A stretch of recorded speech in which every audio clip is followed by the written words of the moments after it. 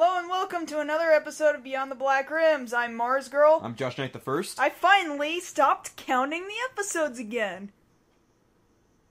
This is Season 2, Episode 8. Well, I knew we were on Season 2. Don't treat me like I'm stupid. Okay. Just making sure you know. Well, now I do. Now so does everyone else. I'm glad I keep you around. Yeah, I knew you knew there was a reason for What's that. going on, Josh? What's going on? Well, what's been happening this week? Oh, stuff. Wow, that is not how I was hoping this was gonna go. It never goes the way you want it to. Well, we've been planning for the San Antonio Zombie Walk. Yes, we have. As far as I'm concerned with that, I'm helping some people out with costumes. I've almost got mine ready. I'm going to be going as Bill from Left 4 Dead. And I'm going to be going as Zoe from Left 4 Dead. I'm hoping we can at least get a third out of 4 Left 4 Deaders. Well, we're trying to get an Ellis. At least Left 4 Dead people in general. Yeah, I mean, that's mixing and matching Left 4 Dead with Left 4 Dead 2. But, you know, I guess that's okay. That's tolerable. Yeah, there are worse things.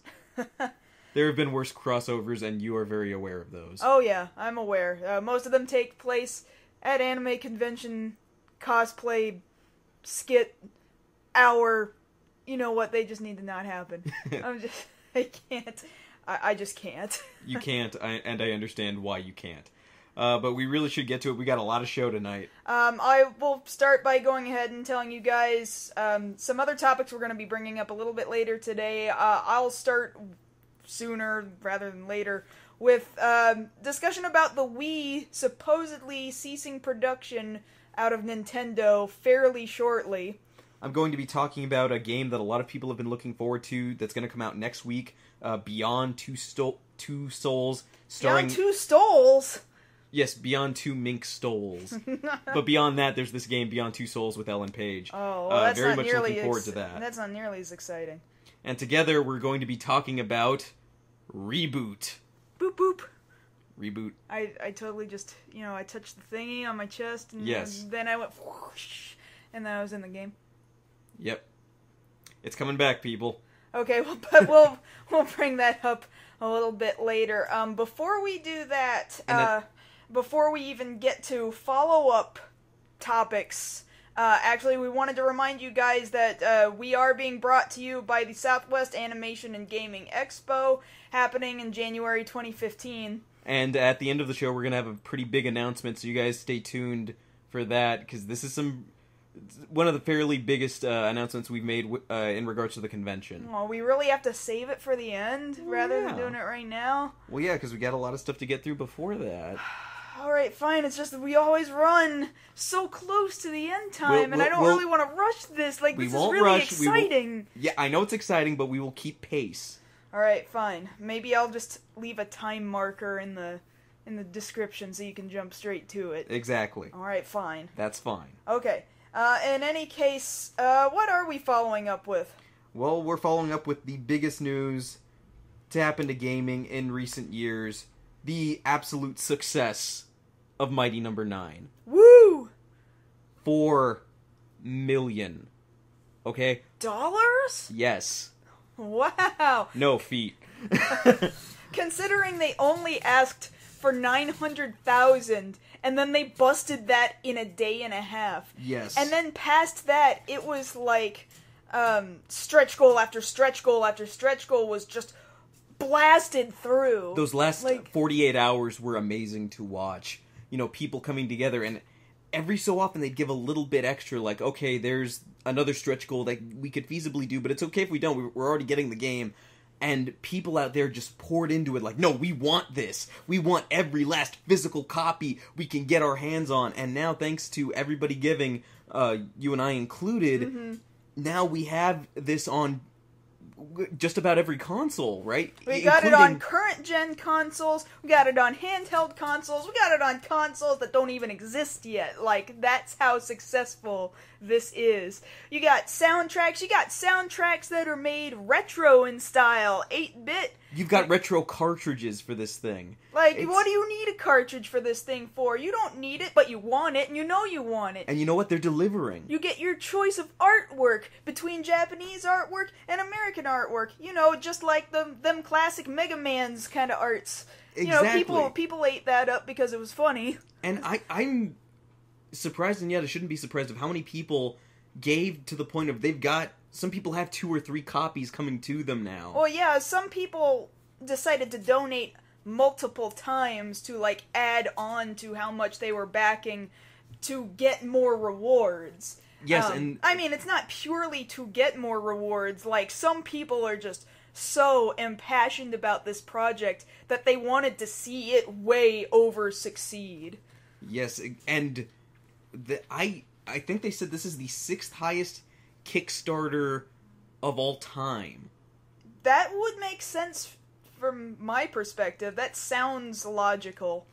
I mean, that's not like that's proof or anything, but it sounds logical. I think it's fair enough to say that someone at Capcom has had a very thorough yelling at some point this week. I mean, speaking of Capcom, I've seen a number of people talk online as though Capcom was going to really circle the drain. Like, maybe sometime in the future they'll declare bankruptcy finally. Like, honestly, who wants to continue to give their money to Capcom after all of this?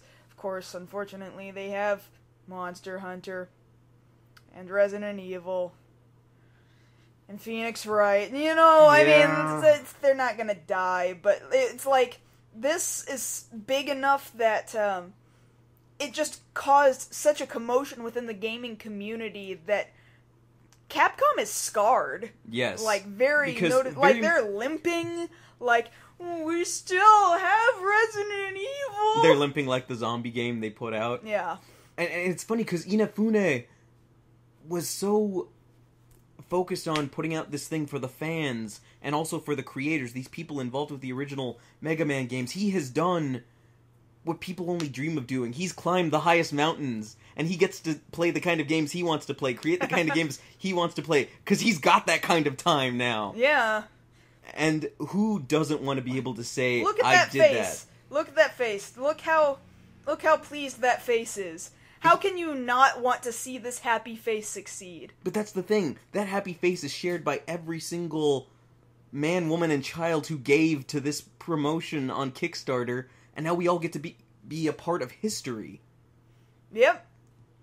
That's amazing to me. Names in the credits, like, can you imagine how long those credits are gonna be? I know, right? It's gonna be like Lord of the Rings. Extended edition length credits for all of these people who made this happen. And you know what? Every single last one of them deserves it. And congratulations to Inafune-san. And for everybody who gave, I'm looking forward to this game. As soon as it comes out, I will be on that mess. Heck yeah. Yeah. I'll buy it on multiple consoles. Maybe. I mean... Well, there might... If there's any gameplay difference between consoles, I might do it. Possibly, but we'll have to see once the time comes. Yeah. But speaking of consoles, though, let's go ahead and go forward to the first topic. It's coming out of Kotaku. We're learning that apparently Nintendo may end production of the Wii soon. This is kind of a may scenario because it's found on the Wii's page on nintendo.co.jp stating manufacturing is scheduled to end soon. And that's all the info it gives.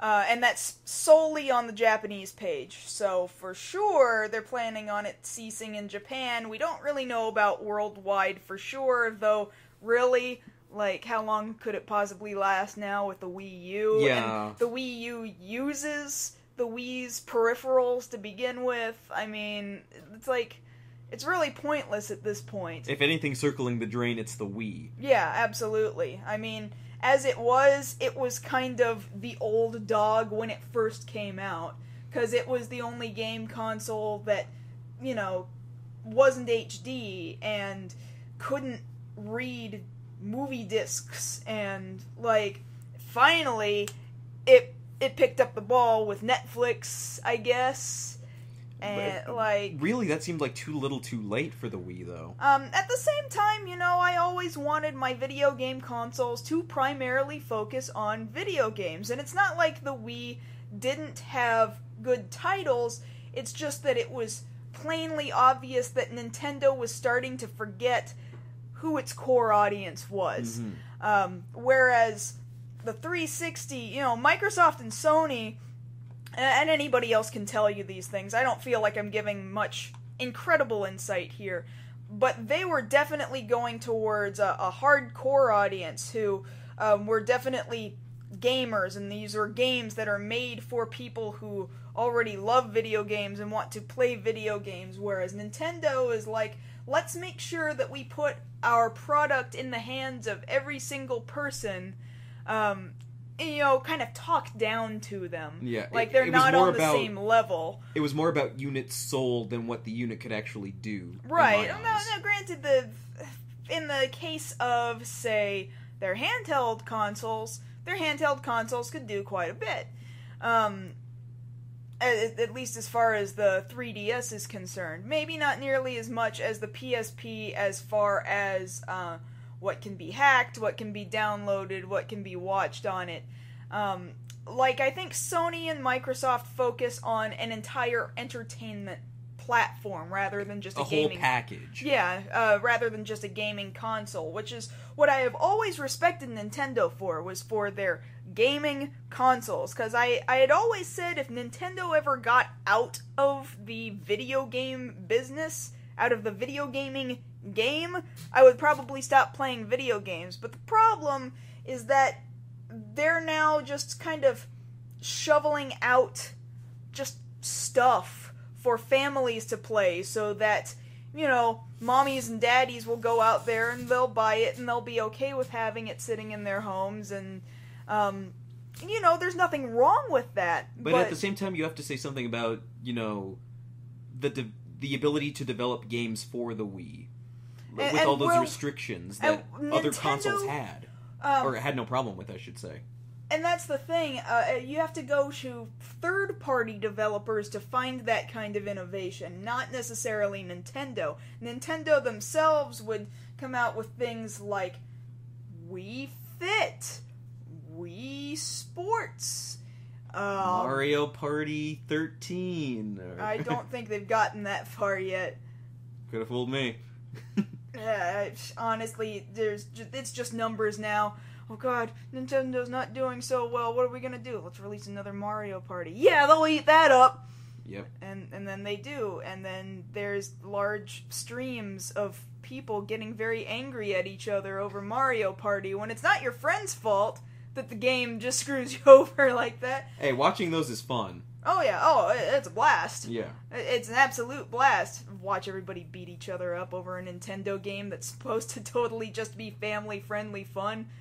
No, we have to make it angry. No, there's blood spilt over Mario Party. You don't understand. Well, there's been blood spilt over friggin' Mario Kart since it came out. Well, come on. You're doing pretty well, right? You're about to cross that finish line. You're in first. Blue shells end friendships. Okay, first you hit the banana peel, then you get hit by a red shell, then somebody really well aims a green shell, and then finally it's that blue shell that finally caught up from the guy in last place. And then you're in last. See, that's the thing about Nintendo franchised games like Mario Kart's not actually a racing game, okay? Mario Party's not actually a board game. And Smash Brothers is not actually a fighting game. Despite what people will have you believe about all three of those titles, they are party games. Mm-hmm. Which is why, you have tripping mechanics in some Smash Brothers, why you have all these ways to screw one another over in Mario Kart and in Mario Party. They're not meant to be hardcore, this particular genre. It's about, woo, we're yelling, we're screaming, we're having fun, we're punching each other in the face. I think it's worth noting, because we didn't mention this a second ago, but as far as the stretch goals were concerned for Mighty No. 9, a Wii copy was not one of them. Well, you have it for the Wii U, and you have it for all other current gen and next gen consoles, but Wii wasn't touched. Well, Wii is not current gen anymore. Wii U is the current gen. Wii is now the last generation. And here in another month or two, the 360 and the PS3 will be last console generation too. We're in this really awkward crossover period. There's always one of those awkward crossover periods from one console to the next. I mean, after all, that's how you got really weird, awkward games like Squaresoft's first PS2 game, The Bouncer. Mm-hmm. Like, let's pretend that didn't exist for a little bit. Okay, that's over. Okay, that was easy. All I'm saying is there will be, like, this brief period of time, unfortunately for Nintendo, that's like a year, where, like, the first year of games for said platform will be kind of, before third-party developers start actually putting out games. And that's the thing about Nintendo. Again, it's not like they can't produce a good game. It's just that they're very few and far between. Like, Pikmin's fun. Metroid's fun. Mario is, I have to admit, getting a little stale. I mean, I'm not getting stale. He's kind of old. He's kind of old hat. Old red hat. Old red and brother with green hat. Yeah. And evil brother and evil twin brother, yellow and purple hat. That having been said, though, I mean, there's still room for them to exist. But past that, it's just like shovelware. Yeah. Shovelware. And you have to go to third-party developers. That's all there is to it. And they have to be willing to take the risks that Nintendo chose for motion controls, and now you got as far as the Wii U is concerned, you've got the Wii U tablet pad controller, which I happen to really like. Oh, I do too. And you can do a ton of awesome things with it. It's just like that first year is like really scary territory because developers are like, this is not something that we're used to. Let's let somebody else play with it for a second so that we can see what they did and then improve upon that. So really the first year of a console generation, maybe you don't want to rush right out the door and buy it right at launch. Some people are just that excited. Now, you said you bought a Wii at launch, I correct? sure did. And I don't have that Wii anymore. And you have a Wii. I have a different Wii. It's a better Wii. Because Wii is just like any other console. After a little bit, they get better with later models. So It's just funny because just using you as an example, you know, you pick up your 360, you pick up your PS3 to play stuff all the time. The last time I've seen you pick up that Wii was only for two things. One, when we streamed Phoenix Wright. Uh-huh. And the last time you played The Last Story. Yeah. Again, third-party developers. So... And even then, most people could tell you Last Story suffered from the constraints of the Wii. Absolutely, because The Last Story, like, it could have gone places. It had so much potential. It was... Just the wrong system, is my opinion. Yeah, it was absolutely the wrong system. If it had more processing power, if it had more room on its disc, because that's the thing, it's still sitting on DVD-based disc, rather than, like, it has to compete with, say, the PS3 that does Blu-ray, which holds much more storage data. You could have had a far more expansive world, a far more expansive experience with that game, but you didn't. You were restricted to one town the entire game. And then rather than giving us the ability to see a lot of story progression, you instead had a narrator come on and tell you what happened. And I'm like, well, you're going to show me this interesting piece of information? I mean, you can have narration and still show me what's happening. Well, they didn't. It was just black screen, white text, British voice, and then Zale went to the store, and then Zale bought something, and then Zale came back. I mean, that's really boring there, sir, but I mean, it might have been interesting if you had shown me what he did at the store. Like, did he meet his lady friend there? Like, no? Oh, but I can change the color of my clothes. That's cool. Alright. Now, the thing is, I can shoot banana peels. Oh, that's kind of cool, now, too. The thing about it is, when the Wii was first, released, people were wondering, even then, why are you restricting what you can do with this thing? Well, yeah. Of course, I was, back then, also on the boat of hey, my video game console is playing video games, and that's all I care about. It's plainly apparent that that doesn't sit well enough by itself anymore. At the very least, they needed to be worried about how much storage their console could put on it, or how much storage their discs could have and read, and it just didn't seem to cross their minds. I don't know, I'm hoping they've learned from said mistake, and that this console generation they can continue to be on equal footing with our other two major console competitors, because currently at this point Nintendo sees themselves in competition with Apple, not with Microsoft or Sony. I don't get that. Well, it makes sense to me, because now they're competing with a mobile market, and granted, the mobile market is coming up as far as the legitimacy of games on said products are concerned. You know, your Android and your iPhones your and iPhone, and your iOS platforms. Right. Which is all well and good, but that means that they're competing with up-and-comers, not already well-established consoles. I don't know whether that speaks really awesomely of Nintendo, that they're like not even concerned about Microsoft and Sony, or that they're not concerning themselves enough with the totality of the market. I have to admit, I don't know which idea I prefer.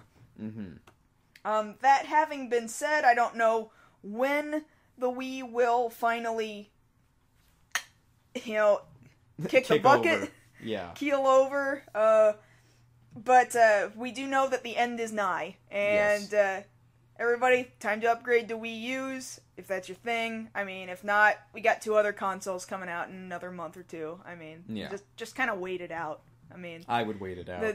The gaming world will not stop circling. It will continue, and Nintendo will still be around. In fact, Nintendo has Sonic now, at least for a little while, so I'm pretty sure they're okay. Yeah, everything's gonna be fine. Just sit there quietly, Wii. Just sit there, just like you've been doing for the last several months. All right, then. Okay, moving on to our second topic. Speaking of stuff that's coming out on current gen, just in a few days from now, on the 8th of October, a game's going to be coming out that I've very much been looking forward to for, I guess, a little bit different reasons, but for some people, they've got the same taste. The game Beyond Two Souls, which is from the same people that brought you previously Heavy Rain.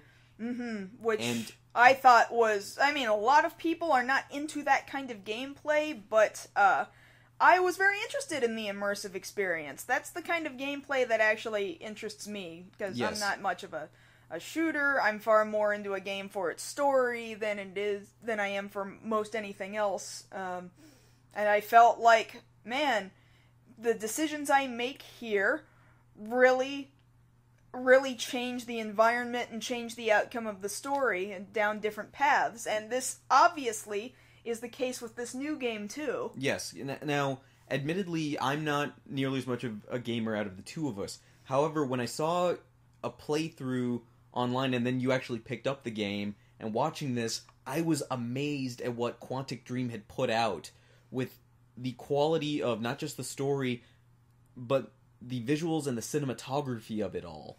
How it's immersive, but at the same time, it pretty much feels like you're watching a movie, but you're participating in said movie. This is... Had you been around during the hype of Heavy Rain, you would have basically been hearing and saying the exact same thing, because that's exactly what was being said about Heavy Rain. Like, this is the direction that games are going to be going. We're giving you an immersive experience like you've never seen before, and it's very good cinematography. It is very much like they actually placed real people into a real living, breathing world, and then there was a camera crew around these people getting those creative angles and shots, and this story plays out very much like you're watching an extended movie. Now, the thing about that is I really, truly believe that after all the demos I've seen, all that I've been reading up, beyond Two Souls is going to take that to the next level. Because with Heavy Rain, there was this whole thing about it of kind of the way I see the development of the character of Aki Ross in Final Fantasy: The Spirits Within, where they tried to invent a character, but it's not really a character. It's they were trying to say that's her own person. Well, they were trying to say that she was going to be a digital actress that would appear in other movie titles. Yeah, nice to see how that panned out. Yeah, well, that's not her fault. Whereas here, it's very much, no, we cast this like a movie. Like, you've got two big names starring in this, most notably Ellen Page, whose face graces the cover, and Willem Dafoe, who most people would know as Norman Osborn from the Sam Raimi Spider-Man movies. And just reading the amount of detail that they've gone into to prepare her for the role and how much she went through, how much she put into this role is apparent, especially in these demos. They told her flat out that this was going to be one of the hardest things she's ever done, because for a lot of people it's hard to act when you don't have anything to interact with. You could say the same thing of people who worked on any of the Lord of the Rings movies or Sky Captain, where there's minimal set, or in the case of this mocap, there's no set, hardly. Now, this isn't exactly the first time that an actual actor has portrayed their personhood right. in a video game. Take, for example, Jean Reno was in Onimusha 3. Yes. Like this is plainly... that's plainly Jean Reno. They just capped him and then made him a character within the game. Very similarly are these other actors portraying characters being mo-capped into this game. Yes, but let's be honest here. Jean Reno isn't exactly the greatest thespian out there. You know him in The Professional and a couple of other movies where he shot somebody, and that's about it. What's wrong with that? No, nothing's wrong with that. I'm just saying the depth of the performance he gave in the Onimusha game, I don't think will be comparable to what I've just seen out of these few demos that you can find on YouTube and whatnot, and now people will have the chance to experience this on Tuesday. But the perfect crook of his nose is making an appearance in Onimusha 3. Don't you understand that? Oh, yes, I understand that, but all of Ellen Page is there in this game. And I know, this seriously was 10 mean... years ago, I know. And I mean all. The director said she gave so much of her performance going into this that it was amazing. This game got the Tribeca Film Festival for just the trailer alone, an award for just how beautifully well made it was. This thing is looking to make waves, and in more than one way. Well, because let's talk for a second about what this game is going to offer. Right. That makes it different from any other sort of paranormal game out there, or free roaming, almost slightly. I guess I don't want to say sandbox game, but this has some interesting mechanics to it. Mm-hmm. Well, it's really a build off of what Heavy Rain already provided, which was a good start. But Heavy Rain, I want to compare this gameplay function very similarly to a couple other games in the interactive. There's a certain category that it falls in, but Dragon's Lair and then Time Gal are two in specific that I will cite. Time Gal specifically, you had to interact with arrows that would pop up on the screen. Mm-hmm. That's how I picture Heavy Rain. You would frequently have commands that would pop up on the screen, and you'd interact with them, and you'd have to do it quickly. If you didn't do it quickly enough, then you lose, or you get injured, or in the case of Time Gal, if you miss an arrow, you die, and you only have so many lives. It's just kind of the direction that this style of game has progressed to within modern times.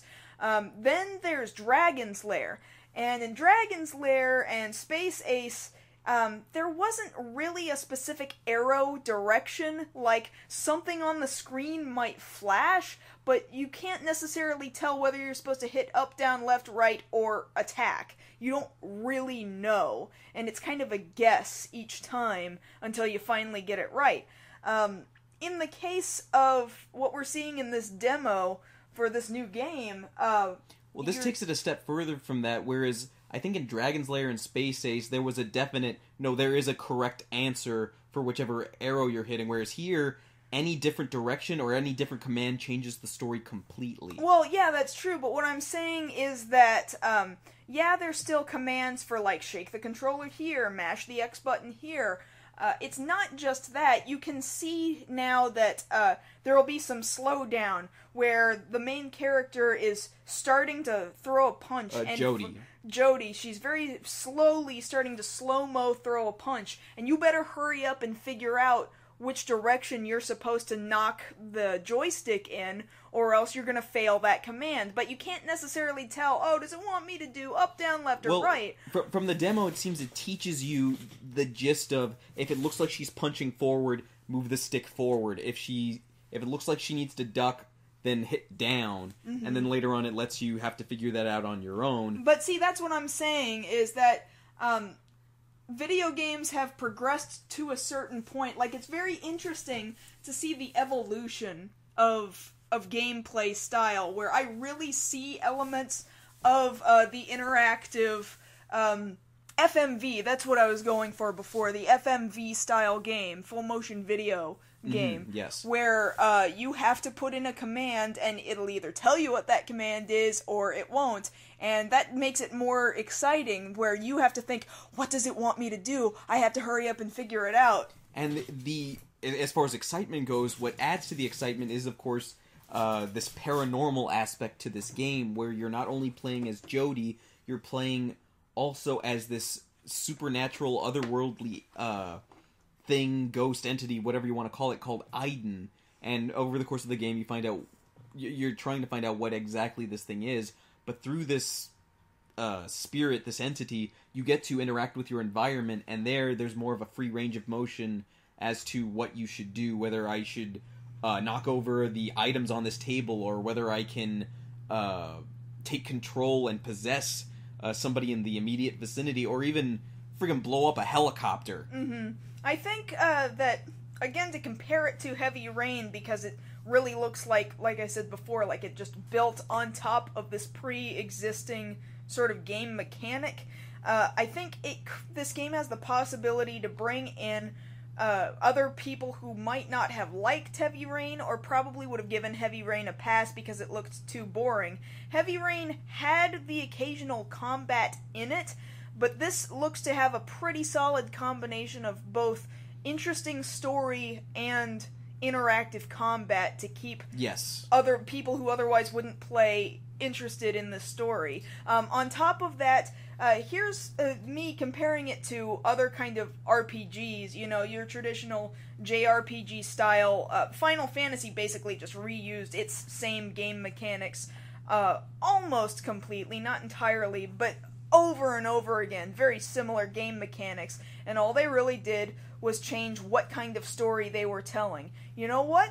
That's fine with me. If they want to do that with this game too, that's fine, because I was alright with the game mechanics in Heavy Rain, and then to add on more cool game mechanics on top of that, with rather than just a psychological thriller kind of mystery, also add to it a the paranormal sort of feel to it. Like, this is an entirely different story. The story will be nothing like Heavy Rain, and so I will feel wholly entranced. Admittedly, I was one of those people who passed on Heavy Rain, because, you know, even after watching the gameplay, after watching, you know, for myself, you know, in person, oh, so this is Heavy Rain, I still wasn't as entranced by it nearly as much as this, and I think there is something to be said that they've gone a little bit different with the cinematography. Now, that's not to say Heavy Rain is a bad game or not a beautiful game. I'm not saying that. I don't know. I mean, they did a very good job with its cinematography, because they were boasting just how movie-like Heavy Rain was going to be. But even looking at this, you have to admit this looks even more like a movie. Just a little more. Just a little more. I mean, it's just a different kind of movie.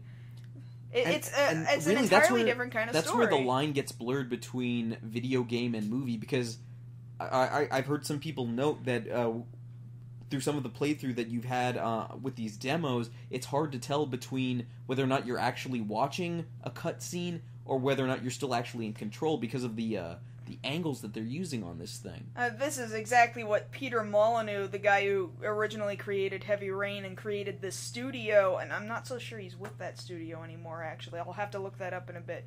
It's exactly the experience that he was boasting he was going to give his players. You are almost directly quoting the man, and I know you really have no idea, but he was like, oh, let me tell you just how immersive this thing is going to be, and a whole bunch of people were like, blah, blah, blah, there he goes talking about immersion again. You know what?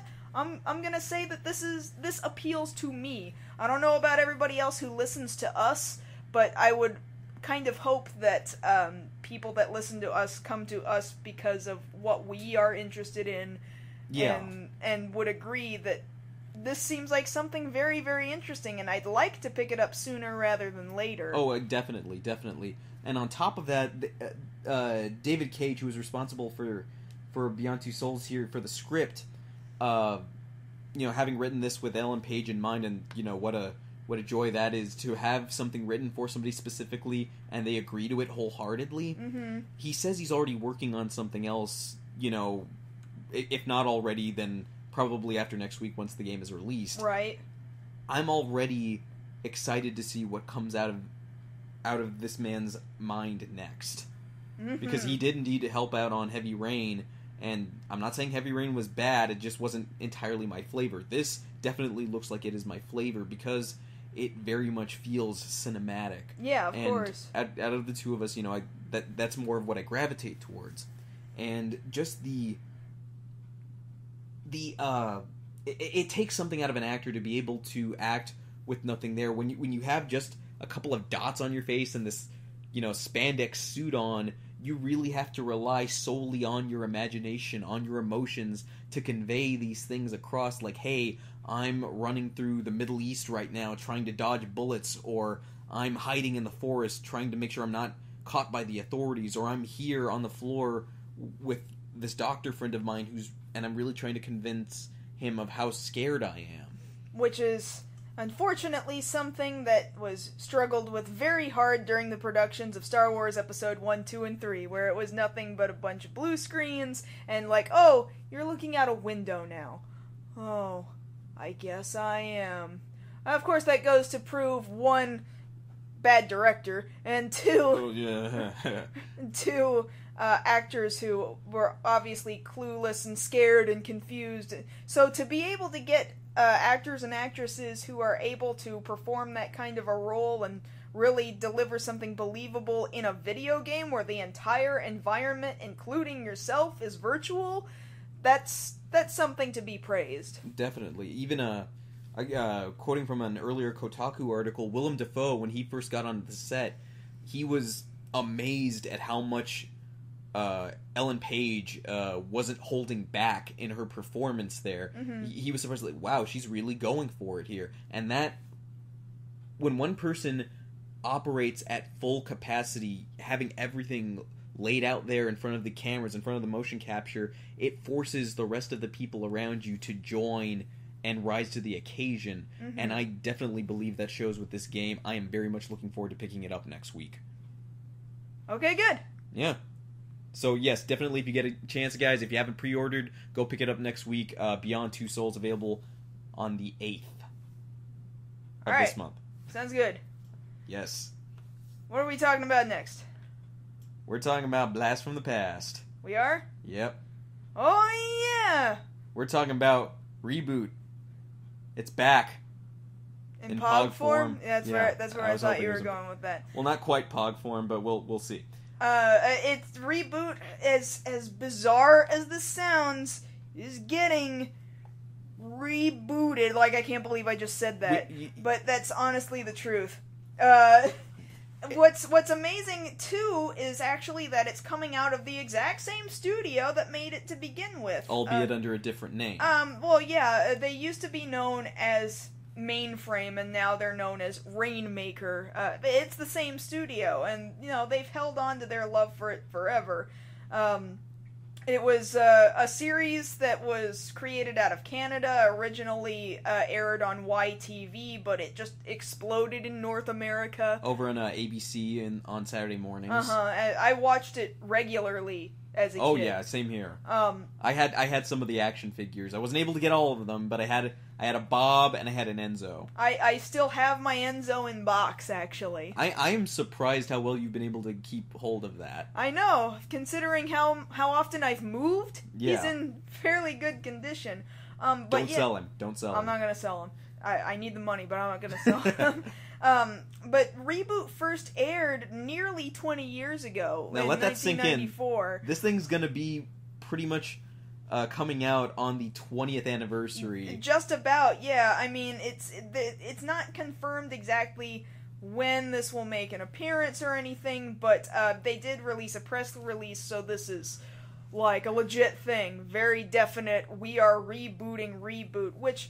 admittedly, I always kind of thought, man, like, this was really good for its time, and even though you can see its age, there's just something really charming about it. Yeah, there is definitely a charm to ReBoot, but I think to update it is necessary, considering when you even try to compare it to the way technology worked, even at the time it was airing... They kind of fudged some things on how technology worked. Well, that's one thing, but then to exist in a world where, people were primarily coming off the heels of almost entirely functioning on DOS. Right. Like, technology has just progressed too far too quickly, and it's antique at this point. Yes. So newer viewers will be really, really lost in all the technobabble. New technobabble will now take its place, I'm sure. Right. Now we're gonna have to have Bob put up a firewall to make sure spamware doesn't get into the computer of the kid the user who's going to be loading these games now. I just wonder if we'll ever get to see, like, what will said user do when he's just, like, losing game after game after game. Like, that was always something I wondered about this user. Like, he just keeps playing games despite the fact that this one very similar looking person, despite the fact that he wears different clothes in every game that I play, comes along and this guy with purple skin, or blue skin depending on, how good your TV was at the time, and silver dreads, he's always managing to ruin my game. How does that keep happening? Oh, well, I guess I'll just try a new game. Throw away more money on this thing. But no, I always thought it was... Even now, like, I purchased box sets for the recent ReBoot DVD re-releases, which we waited for years and years. Forever. We were waiting so long for these. Now, granted, I feel like it had very unfortunate encoding issues on said DVDs. There was audio warble. Was that Shout Factory that yes. did that? Yeah. I have a major problem with the way Shout Factory produces DVDs. But it's the thing about Shout Factory. You may not like what they put out, but at least they'll put out what you were asking for. Yeah, that's kind of the catch-22 of the situation. Like, yeah. Oh, right, they're gonna start releasing Ultra 7. Oh, it's by Shout Factory. Oh, they're gonna release Ultra Q by Shout Factory. I guess I'm... Well, I guess I'm obligated, aren't I? Yeah. Dang it, they got my money. How do I stop giving them my money? I don't know how. I can't, but at least now I have the thing I wanted. Yeah, legally owning this physical copy of this thing that you really wanted, like, there's nothing that can replace that. And when ReBoot was just sitting there, like, there's been a ReBoot revival group that had been around for years and years and years, and I participated in some activities that they would bring up from time to time, and I was always like, yeah, we're gonna bring this thing back, and then when it finally did come back out on DVD, I was like, yeah, this is what I wanted, not that, like, one DVD that sits around sometime around the Toonami age. Yeah, well, right near the end, and that, like, wasn't my ReBoot, really. Yeah. In any case, usually I would be very wary of rebooting anything. Yes. Especially ReBoot. However, I can't help but be, like, intrigued because it's made by the exact same studio that made it in the first place. Now, you have to compare it to other reboots, revivals that we've gotten over the past couple of years. And I guess I'll point out just a few right off the top of my head, like Voltron and Thundercats. Some are better than others. Well, not Voltron, I'm sorry, but Thundercats, well, that's a new interesting direction, and you know what? I was alright with Thundercats. Yeah. I was fine with new Thundercats. It was different, but it still managed to retain some of the feeling. You know what? I even liked that, 2000s age He-Man. You know what? I was alright with that I really like that He-Man. I do too. It certainly told an origin story a lot better than He-Man's origin story in the original 80s series. Because you know what He-Man's origin story was? It was, "Hi, I'm Adam." Oh, not this again. The whole intro to just the TV intro is his origin story. There's no origin story for He-Man. The origin story is the first 30 seconds. His origin story was the day I held up my magic sword and shouted by the power of Grayskull. Well, how's that any different from what Bob says at the beginning of every episode? "Hi, I'm Bob. You know, I protect this place called Mainframe," and somebody's gonna come along and be like, "You're not quoting it right." Okay, so I don't remember it off the top of my head. Fine, sue me. Protect them from their enemies, and the music starts, and then there's this clips from the show. Reboot, boop, boop. And purple cube drop. Now, here's what I'm thinking, though. Something I actually said about Symbionic Titan, that I hope they're not as stupid about this renamed studio, is that part of the reason Symbionic Titan failed, and, you know, I'll always attest to this, was the lack of toy sales. ReBoot had toys, but not very many. Yeah, but it lasted a lot longer than Symbionic Titan ever did. Well, what I'm saying is, there were a couple of things that they put out, and I wish they put out more of them. Here, I'm thinking, if this is close enough to the original, I want a wearable glitch. I want it on my arm. I want it to be able to do things. I want it to cut and paste. I want it to cut and paste. Yeah, I want it to grappling hook. I want to be able to dock my iPod Shuffle into it. I want to be able to do all of these things. I want to be able to download iOS 7 and then not use it for a day because it's loading iOS 7. But you see what I'm getting at here. If it's an upgrade... I'd really rather not be an iOS. Okay, fine, Android. System. Oh, okay, that's a little better. I want a voice-changing Megabyte mask. Okay, now here's the problem. Megabyte's voice actor is sort of not alive anymore. Yeah, Tony J. Yeah. One of the greater villain voices that we ever had. What are they gonna do? They've got to get a sound alike. Who could they get? Oh no! Get Jim Cummings on the case. I don't...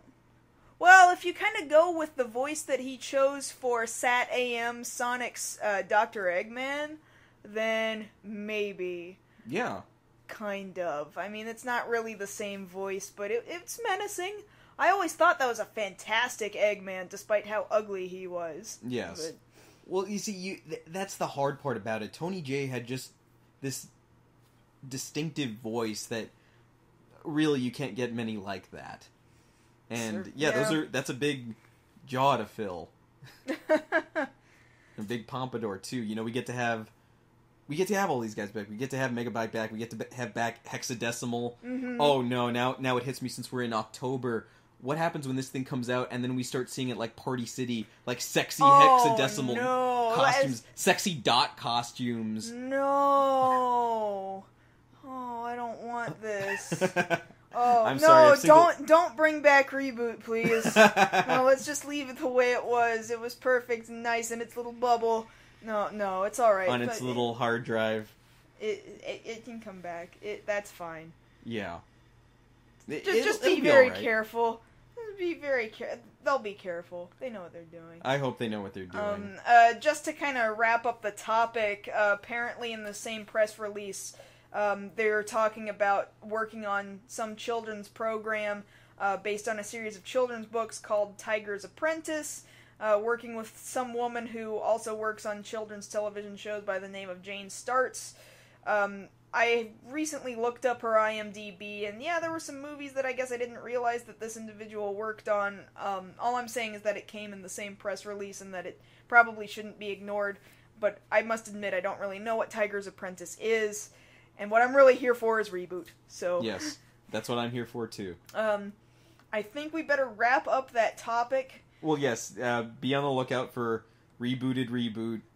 Sometime within the next year is what they're making it sound like. And try not to get too angry at people having to say reboot twice.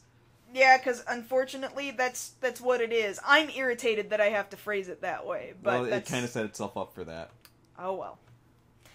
That having been said, we finally get to talk about the thing that I was excited to talk about and was hoping we could just say right at the top of the show, but you made me not. Sorry. It's alright.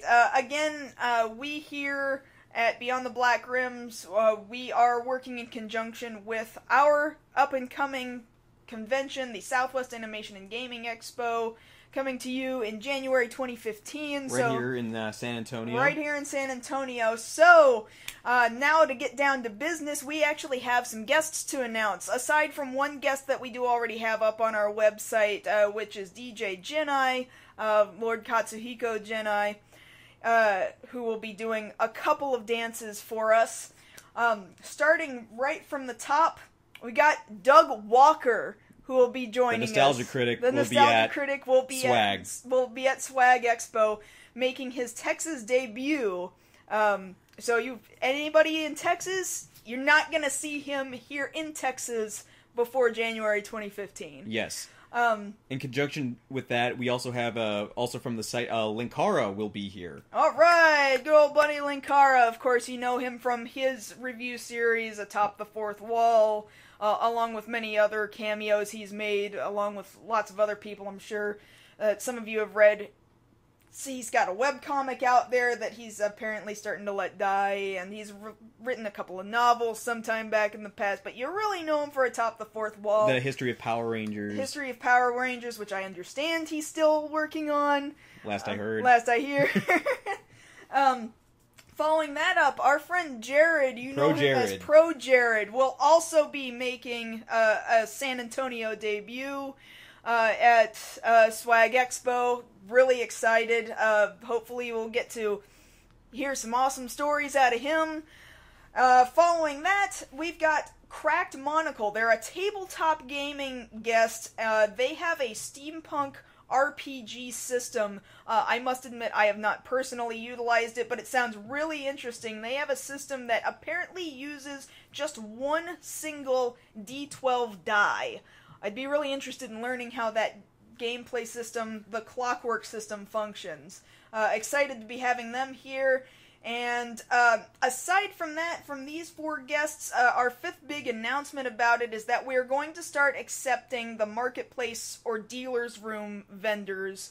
So if you are a dealer, or if you know a dealer, if you're looking to do some business in our at our event, in our dealer's room, we'd definitely like to hear from you. If you go to our website, swagexpo.com, you'll be able to get our dealer's room information packet, and that'll have all your pricing information.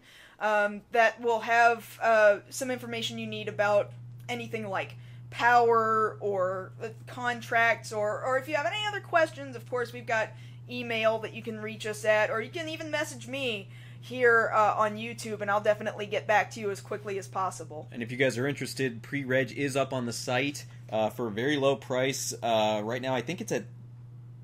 Am I reading that right? 25? Yeah, he actually increased how long we're leaving it at just $25 up until December 17th.